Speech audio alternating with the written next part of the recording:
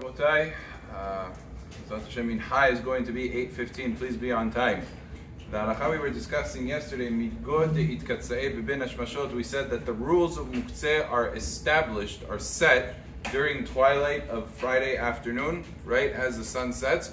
That's when we determine what the status of muktzeh is. So anything that was muktzeh at that time, it cannot revert back to not being muktzeh in the middle of the Shabbat, because it was already set and established at the beginning of the Shabbat that it was muktzeh, and it retains that same status of isur all throughout the Shabbat. That's the general rule of migodeit katsaeh. And we said examples of fruits, we said examples of raisins that you put on the roof in order to go ahead and dry it, and it becomes inedible in the beginning of the Shabbat, so therefore it remains muktzeh the entire Shabbat. I said there are exceptions. There's a case that Chacham Ovadia talks about of wet clothing. So wet clothing, the halacha is, people don't know this, a lot of people aren't aware, if it's very wet, it's not like a little bit moist or damp, but it's wet, it's a little soppy wet, where you can go ahead and basically squeeze water out of it, it becomes muktzeh. And the reason it is muktzeh is because the Chachamim were very concerned that you might come to squeeze it. Clothing that you're wearing is not included in that. If you're wearing clothing and it gets very wet, because you're wearing it, it's fine.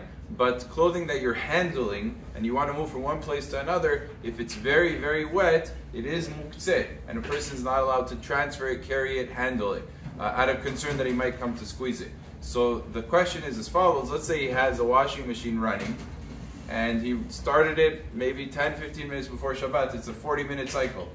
So it's extremely, extremely wet. At the onset of Shabbat, ben hashmashot, it is wet, which means it's not able to be handled. Can a person then in the middle of Shabbat, dried, presumably already dried, can he now take from these clothing and wear them and use them and put them back in their place? Can he take them out to hang them? Is it mutar for him to do this on Shabbat? So to take it out and hang it while it's still wet, that's going to be a problem, because you said you can't handle it when it's wet out of concern of squeezing. But what happens when it's already dried up? Is it mutar to handle these clothing?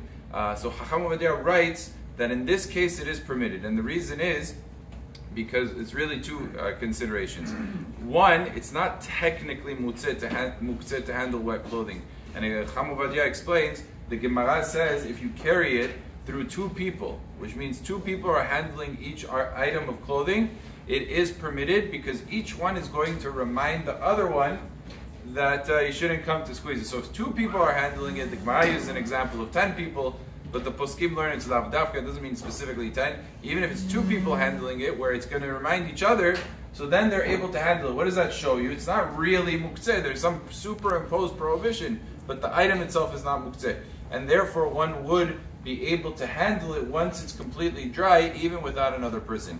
There's a second reason Rav Dahan says, which is a little bit more sophisticated. It's called gomro bidei adam versus gomro bidei shamayim. That basically means that if you know for a fact that it's going to end up drying out on Shabbat, so then it never really had the status of muktzeh in the first place, because it's certainly going to dry. As opposed to the case of the fruits and the case of the raisins, if a fruit falls from the tree on Shabbat, you didn't know it was going to fall from the tree. It was maybe 50-50, maybe it was a chance it was going to fall. It wasn't 100%. Here it was 100%. It's called gomro bidei adam. It never really got the establishment of muktzeh. So at the end of the day, if it was wet in the onset of Shabbat and it was drying up and it ended up becoming dry on Shabbat, you would be able to handle those clothing. Baruch Adonai le'olam. Amen v'amen. The learning today is sponsored Leilui Nishmat Michal Bat Miriam by the Babeko family. Chazak u'baruch to them.